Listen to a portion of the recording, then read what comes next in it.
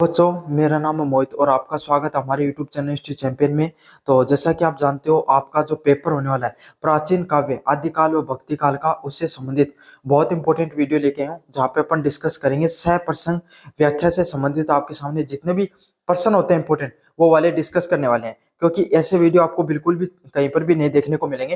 तो आपको क्या करना है, बस चैनल को सब्सक्राइब कर देना है, वीडियो को लाइक कर देना है, और नीचे जो हाइप वाला बटन है, आप सबसे रिक्वेस्ट है प्लीज उसको जरूर से दबा देना।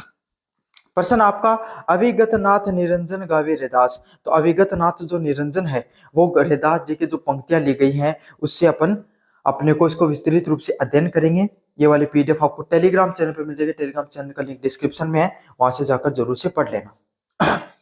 प्रस्तुत पद जो पद हैं वो संत रैदास द्वारा रचित है। मतलब इनमें से जो पद दिए गए हैं वो आपके सामने, वो किससे है? रैदास जी द्वारा रचित है। इनमें से अपने आराध्य अविगत नाथ निरंजन निराकार ईश्वर की प्रस्तुति की है। तो आप सबको पता है रैदास जी किस चीज को मानते थे? निर्गुण भक्ति धारा के क्या थे? आपके सामने संत होते हैं वो। भक्ति धारा के सामने निर्गुण भक्ति धारा है, उसके संत हैं वो आपके सामने।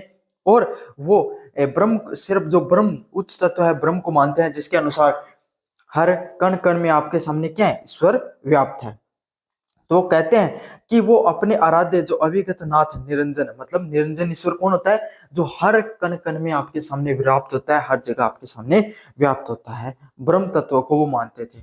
ये पद रैदास की निर्गुण भक्ति भावना और उनकी सहज निष्ठा और ईश्वर के अलौकिक गुण पर उनके विश्वास को प्रकट करते हैं। तो ये जो आपके सामने जो पद देखने को मिलते हैं, ये रैदास जी की जो निर्गुण भक्ति है अपने ईश्वर के प्रति, वो जो निर्गुण भक्ति करते थे, उसकी भक्ति भावना और उनका जो सहज निष्ठा है ईश्वर के प्रति, उससे संबंधित आपको विश्वास है वो देखने को मिलता है। मतलब वो अपने ईश्वर को आपके सामने रूप स्वरूप में नहीं मानते हैं, आकार में नहीं मानते हैं, साकार रूप उनका नहीं मानते हैं। जैसे अपन भगवान श्री राम को मानते हैं, तो अपन भगवान श्री राम की पूजा करते हैं, उसकी मूर्ति पूजा करते हैं।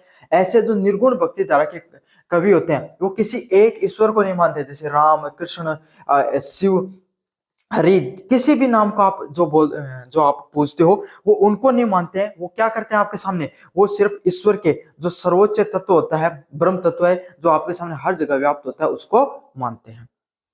और उनका जो ऐसे वो ईश्वर को बिल्कुल क्या नहीं, नास्तिक नहीं है, बल्कि ईश्वर को मानते हैं। और उनकी जो क्या है, उनकी जो अपने ईश्वर के प्रति जो निष्ठा है और ईश्वर का जो अलौकिक गुण है, उन पे उनको बिल्कुल भरोसा है। मतलब ईश्वर के अंदर जो अलग अलग प्रकार के जो गुण पाए जाते हैं, जो इस सृष्टि के रचयिता हैं, जो इस सृष्टि के कर्ता धर्ता हैं, जो इस सृष्टि के क्या है आपके सामने पालनहार हैं, उस पर वो विश्वास जरूर करते हैं।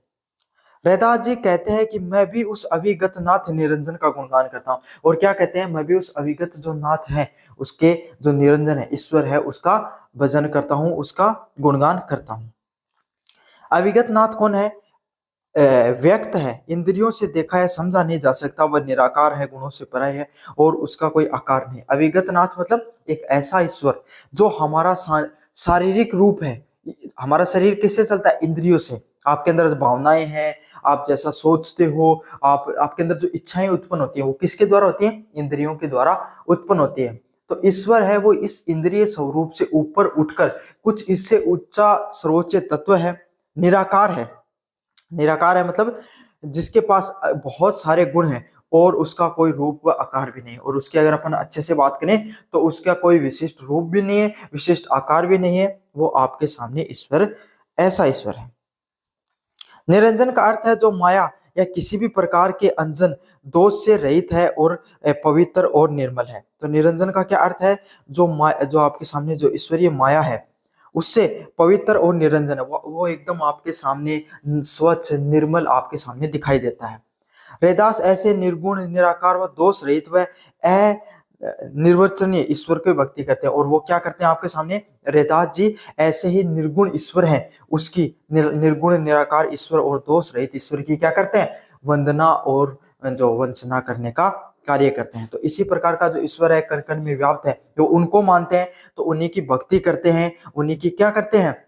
उसी ईश्वर की भक्ति करते हैं जो निर्गुण है, निराकार है और जिसके अंदर आपके सामने कोई भी दोष नहीं देखने को मिलता है। इस पद में रैदास आगे जाकर ईश्वर के गुणों को अपनी भक्ति स्वरूप में विभिन्न प्रकार से व्यक्त करते हैं। तो ये आपके सामने जो पद दिए गए आगे, इसमें ईश्वर के जो अलग अलग प्रकार के गुण पाए जाते हैं और उनकी जो भक्ति का स्वरूप होता है उसको वो व्यक्त करने का कार्य करते हैं। क्योंकि आगे पूरा तो आगे की जो पद है इनको भी अपन विस्तृत रूप से पढ़ेंगे।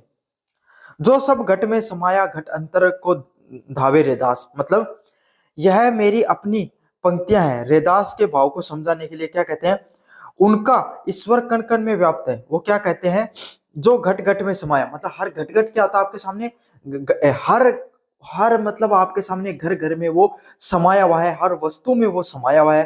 घट अंतर तो दावे रैदास, है ना, उसकी और उसी के कारण जो आपके सामने ईश्वर है वो हर घट घट में समाया हुआ है, हर वस्तु में, चाहे निर्जीव हो, चाहे सजीव हो, चाहे जीव हो, चाहे आपके सामने मनुष्य हो, चाहे आपके सामने निर्जीव वस्तु, हर वस्तु में आपके सामने ईश्वर है वो पूर्ण रूप से समाया हुआ है। और उसी से ईश्वर की वजह से क्या चलता है आपके सामने, इस पूरी दुनिया है वो चलती है।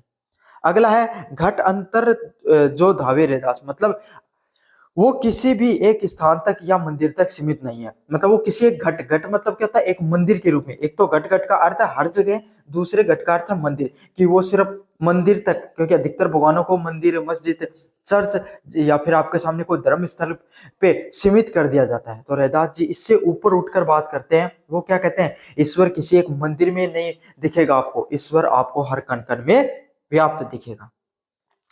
नाम बिना मोही कुछ न भावे, नाम ही मेरो प्राण धावे।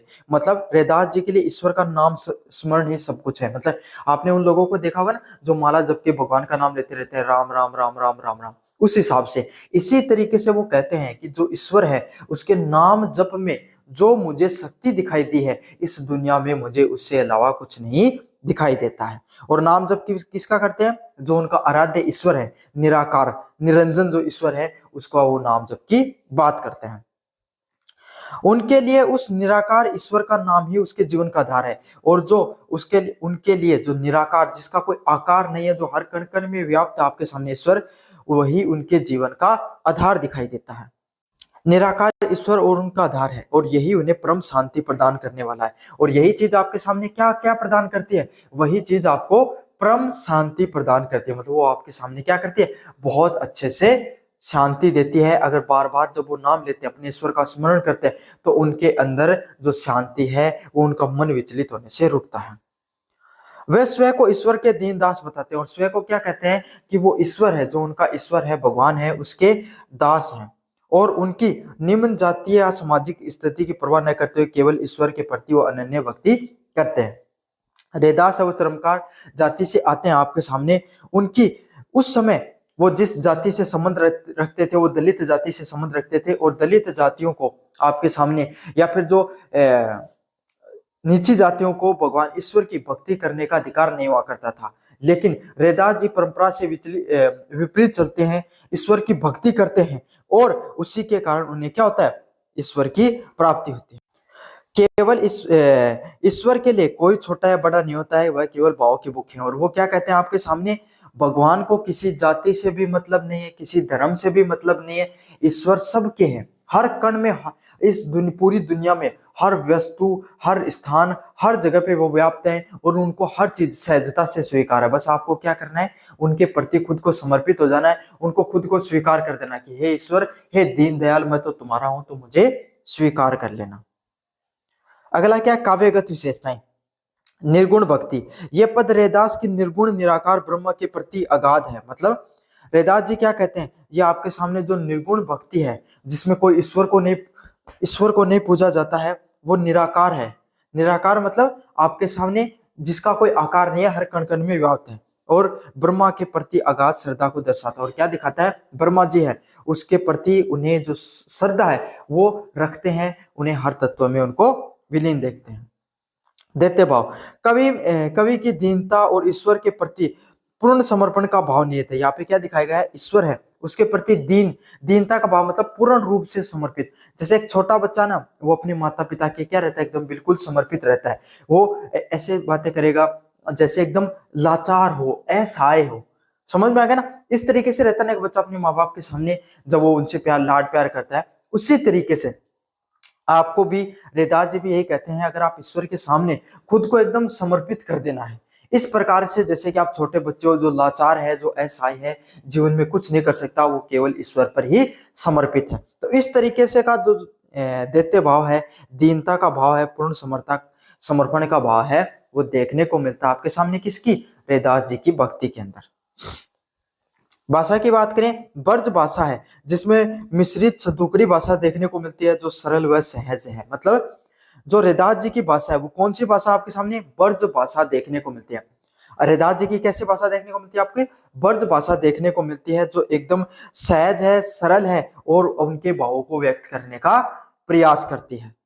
समझ में आ गया आपके सामने। शैली कैसे, गेय पद की शैली है, मतलब जो गायन से संबंधित आपके सामने शैली है वो देखने को मिलती है। उनके द्वारा जो पद हैं वो किस प्रकार के हैं, इस प्रकार से उन्होंने पदों की रचना की है, भगवान के भजनों की जो उनके द्वारा जो रचना है वो इस प्रकार के है, वो गेय शैली के। अगर आप उनको बोलते हो तो आपको ऐसा लगेगा कि जैसे अपने कोई भजन कर रहे हैं, गीतों को गा रहे हो। अगर अधिक अच्छे से समझोगे तो उसमें दार्शनिक स्वरूप भी देखने को मिलता है कि ईश्वर के बारे में आपको गहनता से विचार किया हुआ भी पता चलता है कि ईश्वर कौन है, ईश्वर के द्वारा कैसे सृष्टि का निर्माण हुआ, विस्तृत रूप से आपको हर चीज का पता चलता है। संदेश क्या किया गया है, ईश्वर की सर्वव्यापकता, मतलब ईश्वर आपको हर कण में मिलते हैं, इसके बारे में बताया गया है। नाम स्मरण का महत्व बताया गया है और बारह आडंबर हैं उनके बारे में खंडन किया गया। मतलब नाम स्मरण है, जो ईश्वर है उसके द्वारा जो नाम स्मरण किया जाता है ईश्वर का, उसके बारे में उसके काफी ज्यादा महत्व दिया है रैदास जी के द्वारा। और जो इस दुनिया के यज्ञ, पूजा, दान, तीर्थ जैसे जो आपके सामने बाहरी आडंबर हैं, जिसमें ईश्वर किसी भी इंसान को अपनी पूंजी का, व्यय का, समय आपके सामने जो लगता है उसके खिलाफ है वो। और वो क्या कहते हैं, ये सब बाहरी आडंबर है। अगर आप ईश्वर को सिर्फ भक्ति के भाव से, प्रेम के भाव से, समर्पण के भाव से और नाम स्मरण करके क्या कर सकते हो, ईश्वर को प्राप्त कर सकते हो। तो ये आपके सामने जो अविगत नाथ निरंजन गावे रैदास की जो पंक्तियां हैं और उससे संबंधित आपके सामने दो और पंक्तियां मैंने पढ़ाई हैं, जो सब घट में समायो घट अंतर को धावे और नाम बिना मोही कुछ न धावे, नाम ही मेरो प्राणन धावे। तो ये दोनों पंक्तियां आपके सामने अच्छे से कर लेना, ये दोनों ही पंक्तियां ज्यादा महत्वपूर्ण है। समझ में आ गया। अगली पंक्ति है, पायो जी पायो मैंने राम रतन धन पायो। ये किसके द्वारा, मीराबाई के द्वारा जो पंक्तियां कही गई हैं, पायो जी पायो मैंने राम रतन धन पायो। मतलब वो अपने जो ईश्वर हैं भगवान श्री कृष्ण के बारे में कहते हैं कि मैंने किसको पाया है, राम रतन, मतलब राम, भगवान राम के समान जो रत्न है उसको पाया है। ईश्वर को पाने की वो बात करती हैं अपने पति स्वरूप में। आपके सामने वो माधुर्य भक्ति करने के लिए जानी जाती है, कौन, आपके सामने मीराबाई। उसके बारे में विस्तृत पढ़ेंगे इन पंक्तियों को, इससे पहले अपन सह प्रसंग देख लेते हैं। सह प्रसंग की बात करें, प्रस्तुत पद कृष्ण भक्ति शाखा की प्रसिद्ध कवियत्री मीराबाई द्वारा रचित है। तो ये जो आप पद पढ़ रहे हो ये किसके द्वारा रचित है, प्रस्तुत पद है वो आपके सामने कृष्ण भक्ति की जो सबसे बड़ी आपके सामने जो भक्त कवि हुई है ना, कृष्ण भक्ति के में माधुर्य जो आपके सामने रस है उसकी जो कवियत्री हुई है, संत जो आपके सामने बाई है, उनके द्वारा जो रचित है। मीरा पदावली से आपके सामने पद लिए गए, क्या से लिए गए, मीरा पदावली है उसके द्वारा ये पद लिए गए हैं।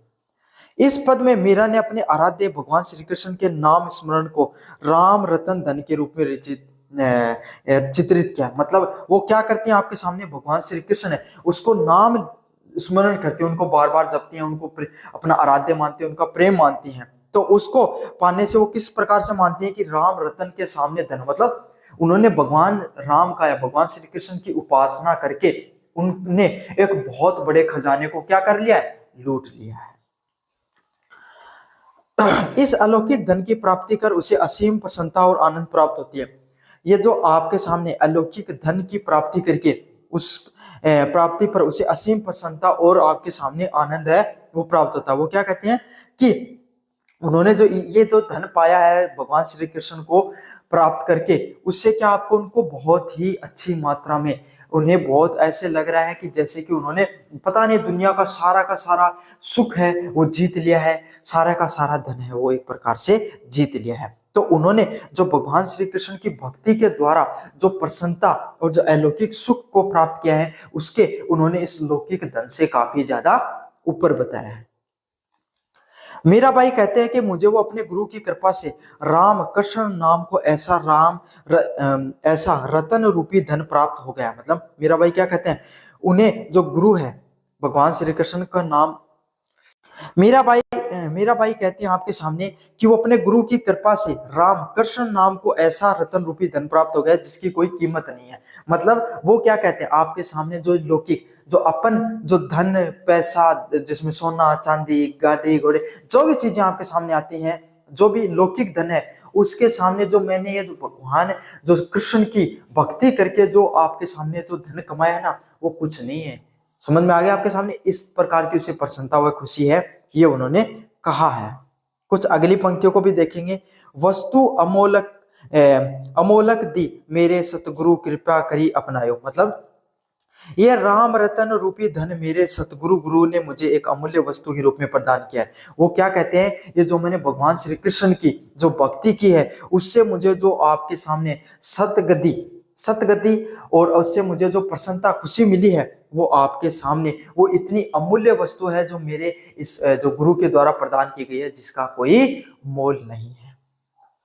उन्होंने अपनी कृपया करके मुझे इसे अपनाने का अवसर दिया, और जो मेरे सतगुरु हैं, जो मेरे गुरु हैं, जिन्होंने मुझे भगवान श्री कृष्ण की भक्ति का मार्ग दिखाया, उन्होंने मुझे इतना कीमती धन दिया है जिसको कोई भी इस दुनिया में तोला नहीं जा सकता। आप चाहे इसे कितना भी लौकिक धन आप इसके सामने रख दो और इस धन को रख दो, फिर भी यह धन आपके सामने ज्यादा ही निकलेगा। मतलब सीधी बात है, भगवान जो कृष्ण की भक्ति से वो इतनी ज्यादा खुश और प्रसन्न है कि दुनिया की जो सारी खुशियां हैं वो उनके सामने उन्हें कैसे लग रही हैं, बिल्कुल भी रत्ती बराबर भी उनमें उनको कोई वजन नहीं दिखाई देता है। जन्म जन्म की पूंजी पाई जग में सभी खोया, इस राम नाम धन की प्राप्ति से मुझे जन्म जन्म जन्म की जो संचित पूंजी है वो मिल गई है। तो वो क्या कहते हैं आपके सामने, जो राम धन जो मैंने जो भगवान श्री राम की भक्ति या कृष्ण की भक्ति करके जो मैंने धन कमाया है, उसे मुझे जन्मों जन्मों की जो आपके सामने पूंजी है, जो संचित पूंजी है, वो मुझे मिल गई है। इस पूंजी को पाने के लिए मैंने संसार की अन्य सभी भौतिक वस्तुओं और बंधनों को त्याग दिया है। वो क्या कहते हैं, जो आपको पता है भाई, मीराबाई एक राजकुमारी के रूप में थी, राजघराने की राजकुमारी थी। उन्होंने उस राजपाट को त्याग करके संत बनती हैं, जिसमें उसे देखो एक तो सामाजिक रूप से इतनी लेना है जो झेलनी पड़ती है, सामाजिक तिरस्कार झेलना पड़ता आपके सामने। और दूसरी बात, उस समय आज के समय महिलाओं का बाहर जाना उतना उचित नहीं माना जाता है। सोचो कि वो इतने साल पहले भक्ति आंदोलन कहाँ आपके सामने 1314-15वीं शताब्दी के अंदर हुआ। उस समय वो घर से बाहर निकलकर संतों के साथ रहती थी, भजन करती थी, और एक राजकुमारी होते हुए तो उसके उनके लिए कितनी ज्यादा सामाजिक चुनौतियां थी। लेकिन उन्होंने सभी सामाजिक चुनौतियों से परे उठकर समाज में अपनी भक्ति को उन्होंने सर्वप्रिय रखा और भक्ति को अपनाया।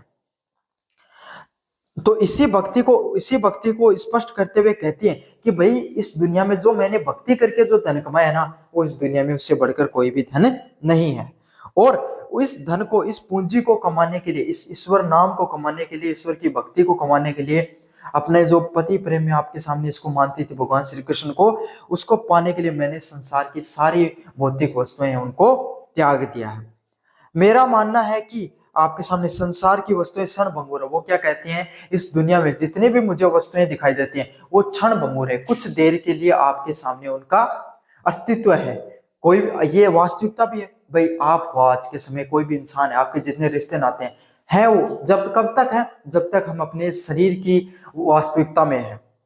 आप जिंदा हो इतने दिन सभी रिश्ते नाते हैं, जिस दिन आप इस दुनिया में नहीं रहे, कौन आपके रिश्ते, कौन आपके नाते, कौन आप चाहे जग में कितना भी वैभव कमा लो, कितना भी पैसा कमा लो, सब कहीं कहां पर रह जाता है, यहीं पर रह जाता है। सब कुछ छोड़कर इस दुनिया से इंसान चला जाता है। तो यही चीज वो भी कहती है कि इस संसार में जितनी भी वस्तुएं जो आप अपने आसपास देखते हो सब क्षण भंगुर हैं। जो राम नाम है, जो ईश्वर की भक्ति है, वो वास्तविकता में क्या है, सत्य है। खर्च न खूटे चोर न लावे, दिन दिन बढ़त स्वावे। वो क्या कहती हैं, ये धन ऐसा है, मतलब जो अगर आपने धन कमाया है ना। और उसको क्या कर सकता है, चोर चोरी कर सकता है, खर्च करने से वो घट सकता है। लेकिन अगर भगवान राम की भक्ति अगर आप लेते हो और उसको खर्च करते हो तो ये दिन ब दिन बढ़ती रहती है। समझ में आ गया। तो आप भी थोड़ा बहुत ईश्वर का नाम किया करो, आराध्य किया करो।